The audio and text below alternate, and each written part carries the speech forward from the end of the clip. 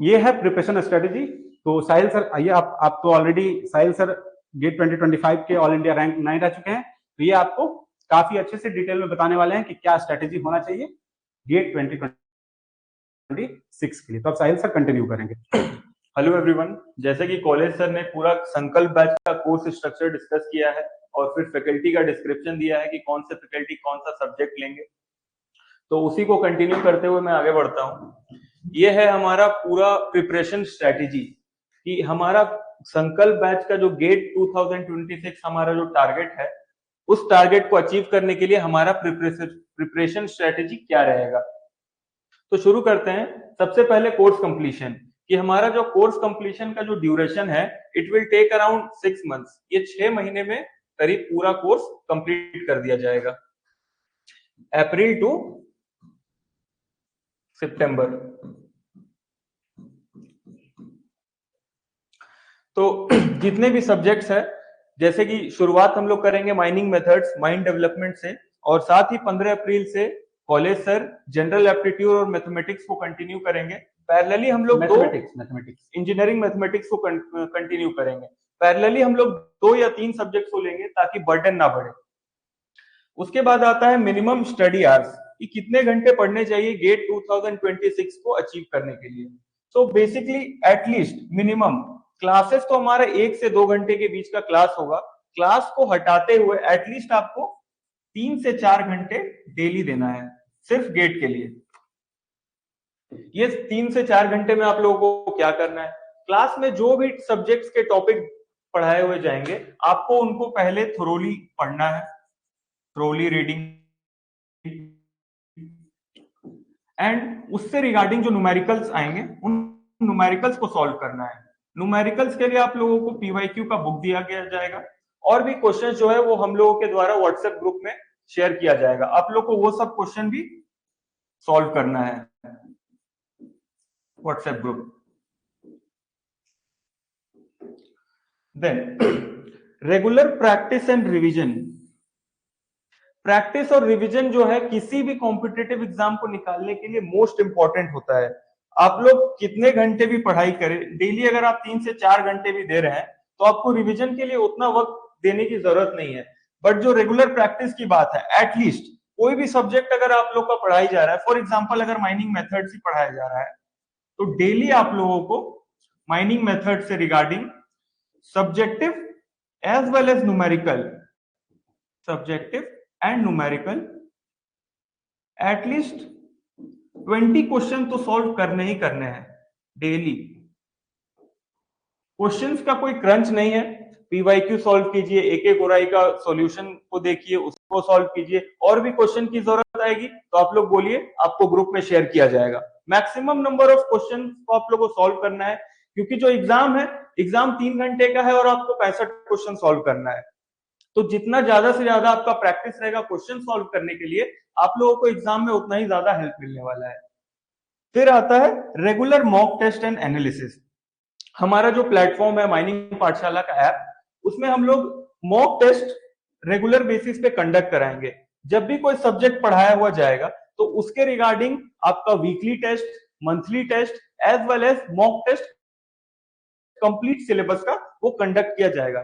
वो विंडो तो basically open रहेगा फॉर 24 आवर्स और मोर देन दैट। बट आप लोगों को क्या कोशिश करना है कि गेट का जो एक्चुअल एग्जाम है, वो पिछले 2 साल से 2:30 से 2:30 PM टू 5:30 PM पे कंडक्ट किया गया है इन 2024 एज वेल एज 2025। तो आप लोगों को मैक्सिमम कोशिश करना है कि इस ड्यूरेशन में अगर आप टेस्ट देते हैं, तो आप एक्चुअल गेट का जो एनवायरनमेंट है वो आपको उस टाइम के लिए प्रिपेयर कराएगा। आप हैबिचुएट हो जाएंगे उस टाइम एग्जाम देने के लिए। क्योंकि होता क्या है कि मोस्टली स्टूडेंट्स क्या करते हैं कि जब फ्री रहेंगे या तो लेट नाइट 9 बजे 10 बजे टेस्ट देने बैठते हैं। तो टेस्ट तो आप दे सकते हैं, बट वो टेम्परामेंट आपको नहीं मिलेगा जो टेम्परामेंट आपको एक्चुअल गेट एग्जाम में मिलेगा। सो ट्राई यही करना है कि 2:30 टू 5:30 टेस्ट देना है, या मॉर्निंग स्लॉट जो है 9 AM टू 12 AM, 12 PM, ये 2 स्लॉट है। तो मैक्सिमम कोशिश करना है कि यही 2 स्लॉट में टेस्ट देना है। That will be very beneficial for you people. फिर आगे है रेगुलर डाउट क्लियरेंस सेशंस। सो जो भी टॉपिक्स हम लोग डिस्कस करेंगे, तो क्लास जब खत्म होगा 1 घंटे, 1.5 घंटे, 2 घंटे के बाद, तो लास्ट में 10 से 15 घंटे का हम लोग का क्वेश्चन आंसर सेशन रहेगा। जो भी पूरे क्लास में डाउट रहेगा वो उस टाइम आपको पूछ लेना है। अगर उस टाइम कोई डाउट नहीं आ रहा है, घर गए फिर पढ़े, अगर फिर डाउट आ रहा है तो वो नेक्स्ट क्लास में पूछ लेना है। इन स्पाइट ऑफ दिस, इन सब के अलावा अगर और भी क्वेश्चन आप सॉल्व कर रहे हैं या किसी बुक से रेफरेंस लेके कोई थ्योरी पढ़ रहे हैं और अगर उसमें डाउट आ रहा है, तो फिर हम लोग हर 10 to 15 डेज में, 10 से 15 दिनों में हम लोग डाउट क्लियरेंस सेशन रखेंगे। और मे बी वीकली, और may be it can be weekly also. So उसमें क्या होगा कि जितने भी आपके डाउट्स रहेंगे सब्जेक्ट्स रिलेटेड, जो सब्जेक्ट चल रहे हैं वो भी, या उसके अलावा भी अगर आपके कोई डाउट्स हैं तो भी हम लोग उस डाउट क्लियरेंस सेशन में सब कुछ क्लियर करेंगे। वो न्यूमेरिकल हो सकता है, किसी कंसेप्ट में दिक्कत आ सकती है, किसी थ्योरेटिकल चीज समझ में नहीं आ रहा है, तो वो सारा उसमें डिस्कस होगा। And last but not the least, stay motivated. Motivation is the key factor. बहुत बार ऐसा होता है कि आप 1 महीने पढ़ें, 2 महीने पढ़ें, फिर आपको लगेगा कि नहीं अब नहीं हो रहा है, हमसे क्वेश्चन सॉल्व नहीं हो रहा है, कुछ समझ में नहीं आ रहा है, टेस्ट में स्कोर अच्छा नहीं आ पा रहा है, हम बहुत लैग कर रहे हैं कहीं पे। उस टाइम आपको मोटिवेशन खोना नहीं है। क्या करना है कि हमारे जो फैकल्टी है उनसे रेगुलर टच में रहना है, उन्हें कॉल करना है, व्हाट्सएप में मैसेज करना है और उनके गाइडेंस में हमेशा रहना है। ऐसा नहीं है कि थक के हार गए, आपको हमेशा उनसे बातचीत करते रहना है कि सर कैसे पढ़ना है, क्या पढ़ना है, किन चीजों पे ज्यादा फोकस करना है, किन चीजों पे कम फोकस करना है, कहाँ पे आपको ध्यान ज्यादा लगाना है। ये सब चीज आपको गाइडेंस के थ्रू ही मिलेगा, क्योंकि किसी भी एग्जाम को क्लियर करने के लिए जो इंसान क्लियर कर चुका है उससे अच्छा गाइडेंस आपको कोई नहीं दे सकता है। तो ये चीज पे आपको बहुत ज्यादा फोकस करना है। सो जैसा कि आप देख सकते हैं, ये पूरा हमारा प्रिपरेशन स्ट्रेटेजी था पूरे संकल्प बैच के गेट 2026 को अचीव करने के लिए, पूरा प्रिपरेशन स्ट्रेटेजी।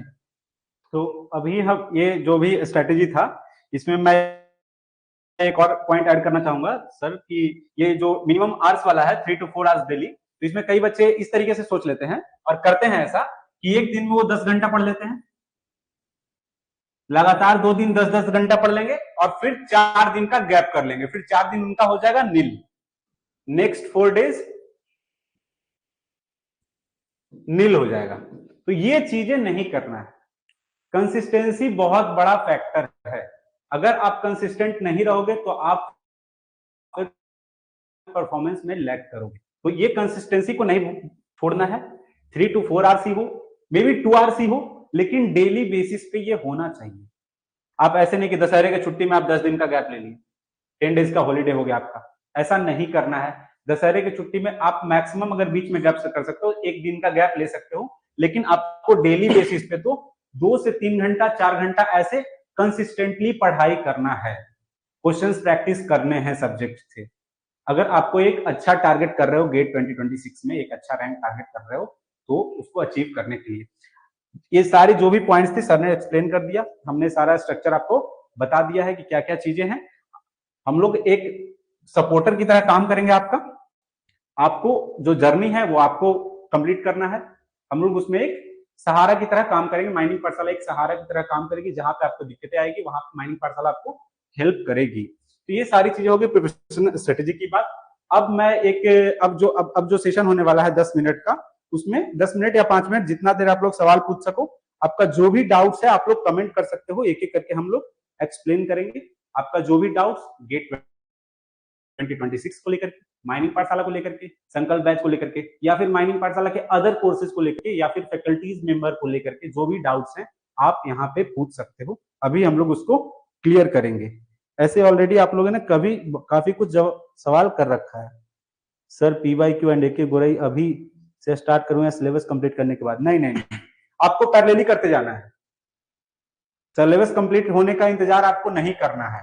पैरेलली जैसे अभी माइनिंग मेथड्स का क्लास शुरू होगा, तो माइनिंग मेथड्स का क्लास शुरू होगा तो सर ने टॉपिक बता दिया होगा आपको, AK गोरई से सर का जो बुक है उससे स्टार्ट कर देना है पैरेलली। 7th को क्लास होगा, आप 7th की रात को लगा लो वो सवाल, 8th को क्लास होगा फिर 8th को लगाओ। इस तरीके से आपको डेली बेसिस पे, इसीलिए मैं बोल रहा हूँ कि कंसिस्टेंसी है वो बहुत ज्यादा जरूरी है।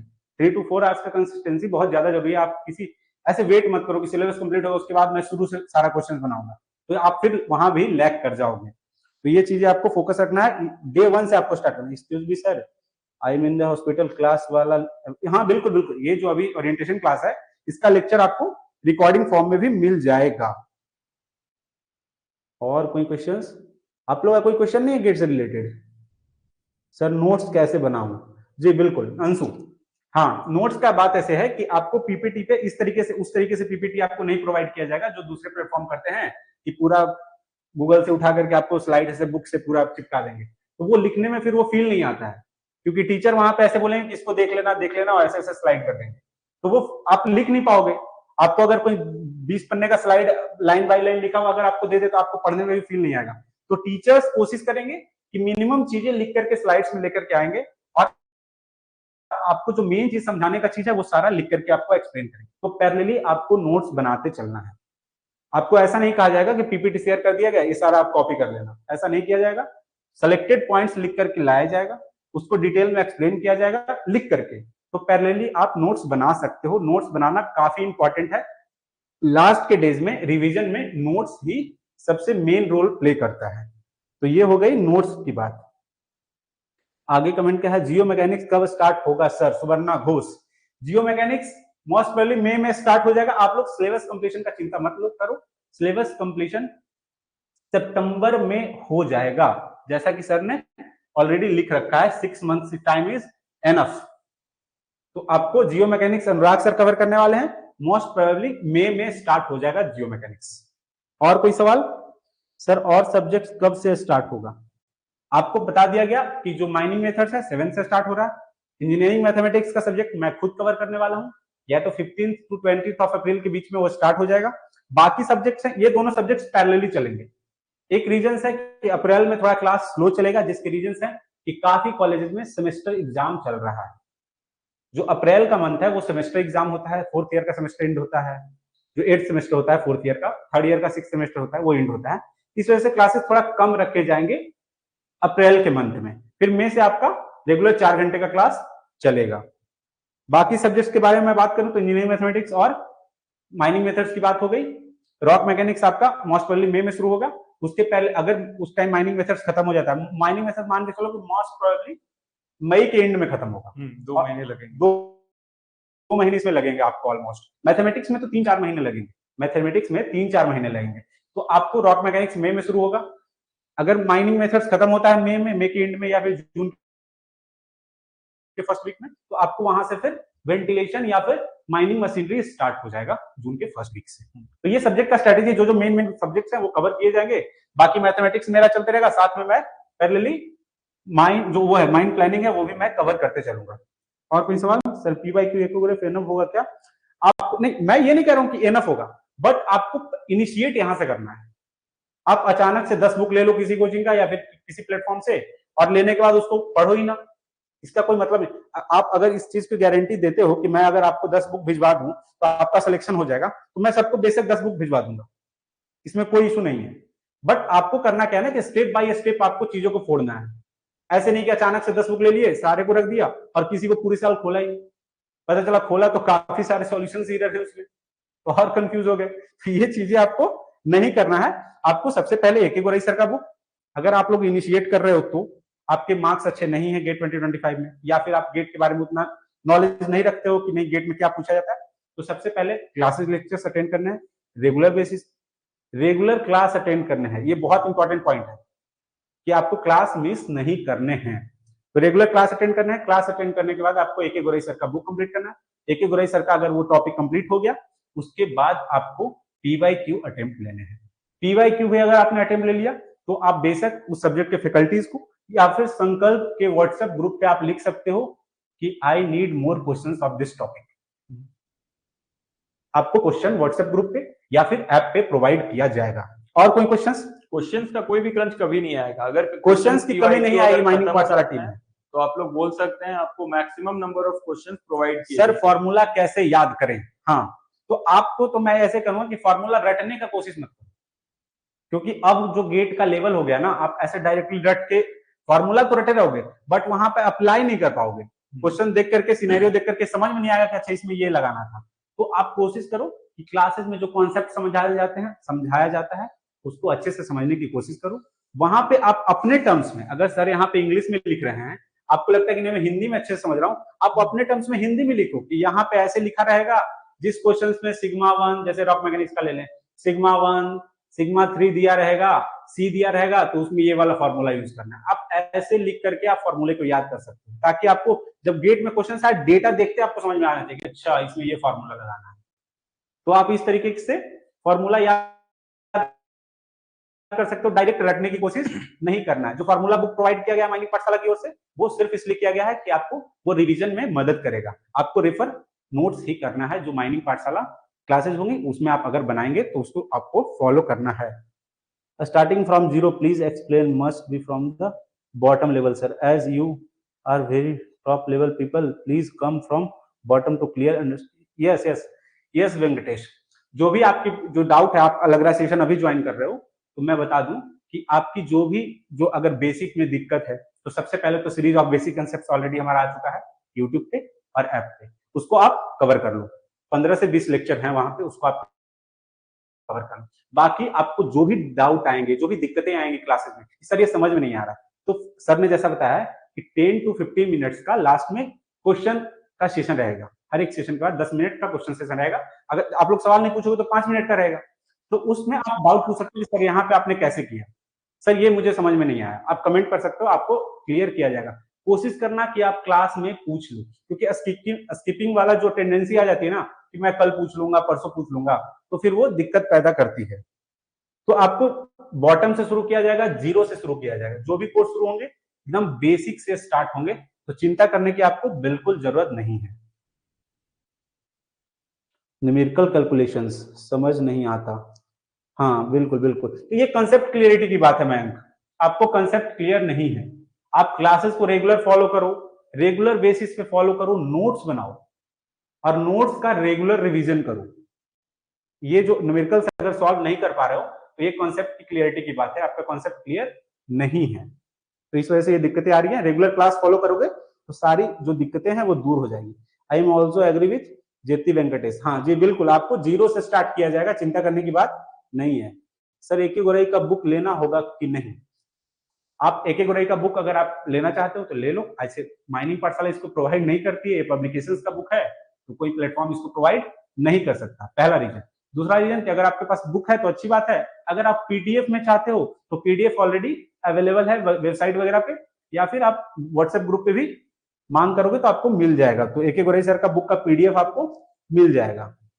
सत्यम सर, मैथ्स और एप्टीट्यूड का क्वेश्चंस कहां से करें? ये मैथमेटिक्स में तो मैं बताऊंगा ही कि मैथमेटिक्स जब मैं लेक्चर लूंगा, ऐसे मैं आपको ओवरव्यू, आपको अगर आप अनुराग पाठक सर का स्ट्रेटेजी का वीडियो देखे होंगे, उसमें बताया था उन्होंने कि जो मैथ्स का अगर क्वेश्चंस की बात की जाए तो सवाल का बुक आता है, जिसमें कि लेवल थोड़ा ऊपर है इस वजह से, क्योंकि सिविल मैकेनिकल इलेक्ट्रॉनिक्स वगैरह का सवाल उसमें दिए हुए हैं, तो उसको आप रेफर कर सकते हो, बट उसका थोड़ा लेवल हाई हो जाता है। तो उसके लिए मैं सजेस्ट करूंगा कि कौन कौन से क्वेश्चन आपको अटेम्प्ट लेने हैं, कौन कौन से टॉपिक में। कई टॉपिक तो ऐसे हैं सिविल मैकेनिकल में जो माइनिंग में नहीं है, तो मैं उसको डिस्कस करूंगा अच्छे से कि आपको कौन कौन कहां से सवाल तो मेनली उस सवाल से करना है। उसके बाद हम क्लास में काफी सवाल ऑलरेडी करवाएंगे और आपको प्रोवाइड भी करेंगे। Thank you sir. स्वर्ण सर, क्लास में वॉइस कम्युनिकेशन होता तो अच्छा रहता। नहीं स्वर्णा, यहाँ दिक्कत यहाँ पे ये है ना स्वर्णा, कि अगर वॉइस कम्युनिकेशन क्लास में कर देंगे ना तो यहाँ पे दिक्कतें आती है। दिक्कतें ये आती है कि आप मान के चलो कि अभी आप लोग ज्वाइन हो 40 लोग, तो इस तरीके से जब क्लासेस होंगी तो वहां पे 100 लोग ज्वाइन हो सकते हैं, 200 ज्वाइन हो सकते हैं, 250 ज्वाइन हो सकते हैं। आप सोचो कि अगर वॉइस परमिशन दे देंगे तो जो 200-250 बच्चे अगर वो बोलना शुरू करेंगे तो एक फैकल्टी कैसे जवाब देगा? तो ये इशू है, ये इशू की वजह से इस चीज को अभी नहीं परमिट किया जा रहा है।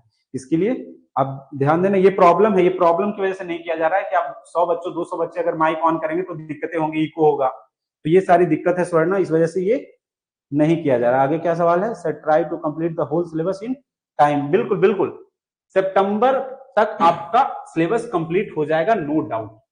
सितंबर तक आपका सिलेबस कंप्लीट हो जाएगा, मींस आपके पास जो प्रैक्टिस के जो टाइम होंगे अक्टूबर, नवंबर, दिसंबर, जनवरी, 4 महीना एग्जैक्ट टाइम आपको होगा मॉक टेस्ट के लिए, रिवीजन के लिए। पर्सनल डाउट शेयरिंग सेशन, हाँ बिल्कुल, ये तो मैंने आपको ऑलरेडी बता रखा है, पिछले अभी सेशन में बताया मैं कि व्हाट्सएप ग्रुप पे पूछ सकते हो, रेगुलर सेशन रहेगा, डाउट सेशन होगा, उसमें आप पूछ सकते हो।